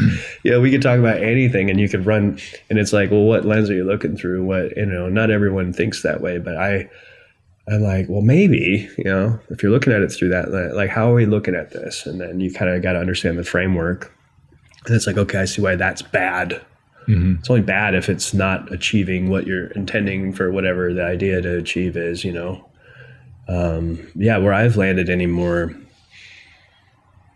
I was at one point, I was chasing wanting to be like every young person. I wanted to see the world and experience everything and know everything. And everybody wants, there's ego, wanting to be special and different. And then there's for me, there was a lot of humility. And then I'm a decently smart dude, so I've learned a lot of stuff, traveled a ton. But then I got to a point where things fell apart for me personally, that I had to figure out how to pull them back together, which was a hugest gift, because it was like suddenly realizing that as much as you think your life is meant for one thing, it may not be. You might end up just dead and just another story, or not even a story, or nobody cares. Then you start thinking about, well, man, life is short, and we're tiny little blips in the whole thing, and then that sucks. But then you go, but then then I got involved in the work I do, which brings me tremendous amounts of meaning. And then my children, I'm super blessed to have amazing kids, and that's bringing me meaning. And I don't trust like feelings anymore so much, because I go through waves. I get depressed and happy and sad. So I don't put it's not trying to be happy. That's not the goal. Right. So I just have to have a sense of meaning. Like when I wake up, there has to be like something that's pulling me out of bed, even when I feel shitty. Right. So I don't know if that's where I'm at right now. And I'll probably be in a different place. Sure. But right now it's like, as long as there's meaning and there's a reason, and I can imagine. So thinking about what you said, so the Marine Corps is, you're sort of in this giant ball of meaning, right? Because the whole thing has a meaning, it has a purpose. And you adopt the meaning or the purpose of the whole organization. And then now you're outside of that. And so what is the meaning? Yeah. I mean, what's your new mission, that is a great question. I don't know. I mean, I think I'm enjoying the process of working through and discovering what that could possibly be. Again, I think starting slow and starting simply is probably the best way to approach it. I don't know if it's a quest that any of us will ever really get to the end to. But I think if you have the capability to make a positive impact in other people's lives, as you were saying, for the people you work with and your children, I think it's a responsibility that becomes incredibly rewarding. It's great to live in a fairly simple world where you have material possessions that make you happy, or it's always sunny outside. Long term, is it going to give you happiness? I don't know.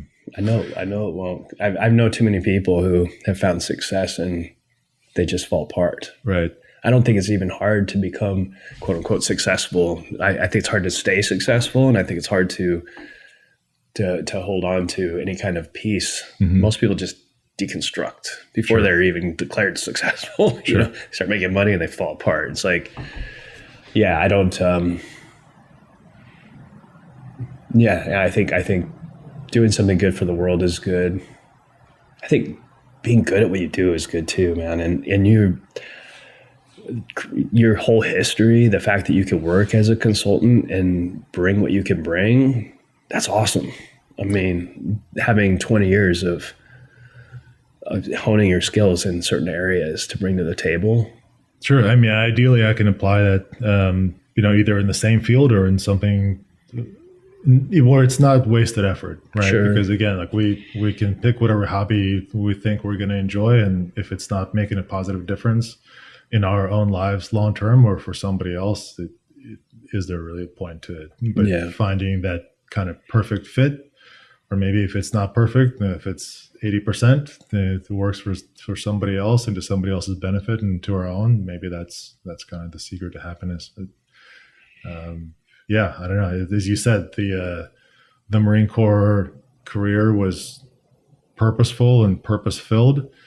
It was also, for all of the sometimes lack of comfort of it, a comfortable bubble to exist in, right? Because things were fairly simple.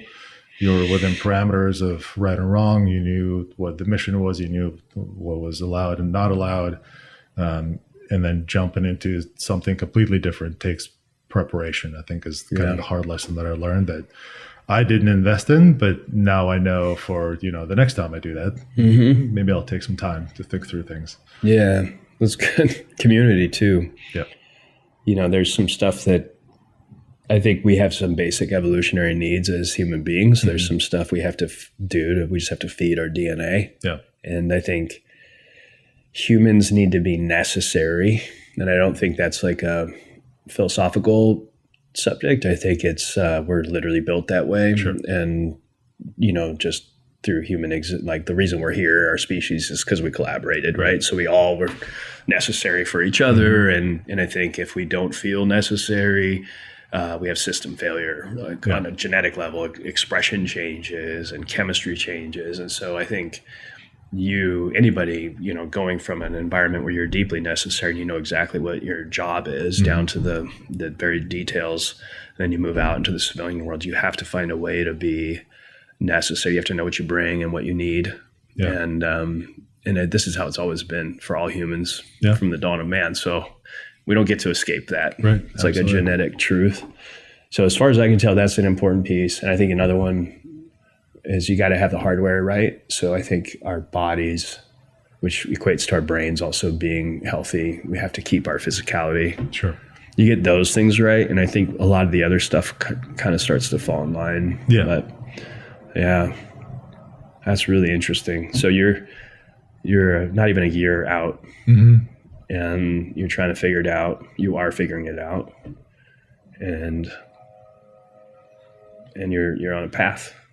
I think so.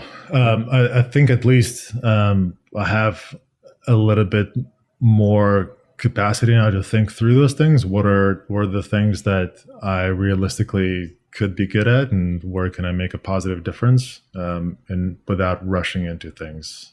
So I think the next chapter is fairly undefined, but again, just super fortunate to still associate with really high quality people who are kind and have good energy and want to do well, who have stayed in contact with me. And I think things that previously didn't carry a lot of appeal because I just wanted to go from one assignment to the next and, whatever the highest speed thing is out there. Those boxes are checked. So now things that I was kind of scoffed at previously are now starting to have more appeal to them. Like what? So we'll see.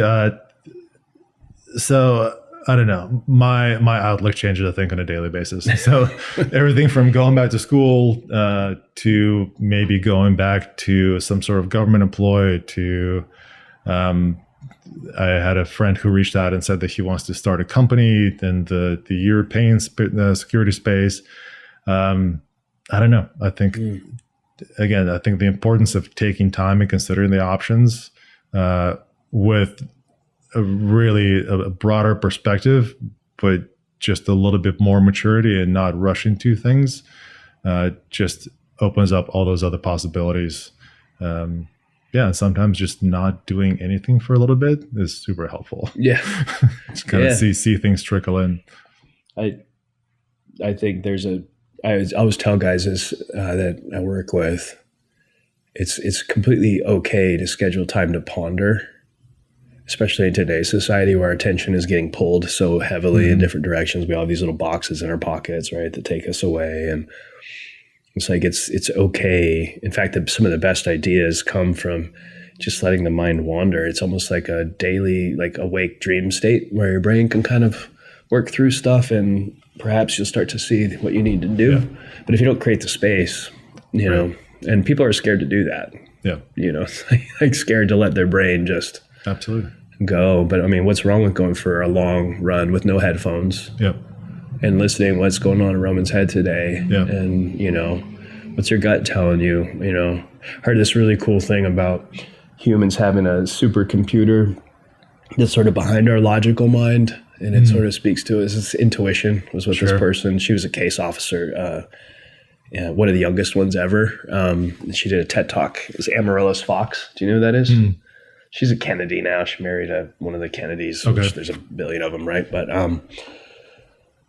But she basically explained intuition in the most incredible way. Because, you know, people think intuition and they think like crystal balls and, you know, all this esoteric shit. And she was like, no, we have a supercomputer in our brain. It's the way she made it sound was it existed even before our language. And it's calculating things at a level that are like, it's super computation. It's algorithmic. Right. You'll never get the math for it. And because it's outside of time and even cause and effect logic that our frontal lobe can do, it can't communicate through that. And so you could have this gut feeling, right? And it only communicates through, like, it's almost, you feel it through a pull in the stomach in one direction, because that's its language. And when you try to make sense of it, you're literally trying to create the math for something that you'll never be able to create the math for, you know? And I think, as far as I can tell, that if you take time to ponder, that you get to play with that part of yourself a little bit. Like, sure, what's my gut telling me? Yeah. You know, it's like, well, shit, I think I should go this way. Well, that makes no sense. And you're trying to do the math. And it's like, well, but that's where it's pulling me in. Yeah. You know, do you know what I mean? I do. I actually read something recently that speaks exactly to that. I'm blanking out on the name of the book, but it's by Dr. Damasio, who's just up the street at USC. It's the book is about the evolution of the nervous system, and he talks about the importance of the gut feeling and how that was, you know, it's essentially the first model, you know, the 1.0 of the nervous system, and how it's still there, and we should probably listen to it sometimes. Instead of, you know, doing the checklist and like, this is the next move I make, and like, let's take a pause. Yeah.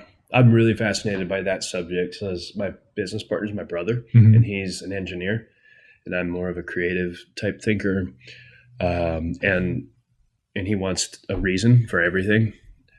And it used to drive me nuts because it would, like, I could move quickly through just intuitive. Right. And he's like, no, we have to stop. I want the math.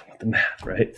But what that's done is it's forced me to get really good at explaining things through visuals. And, you know, so one of these painful things, it's actually been, I mean, fist fight type relationships, literally, between him and I. It's actually been the greatest gift because I've just gotten better and better at trying to explain. And the best way is almost always visual. It's not words, you know, which is interesting because it's similar. Right.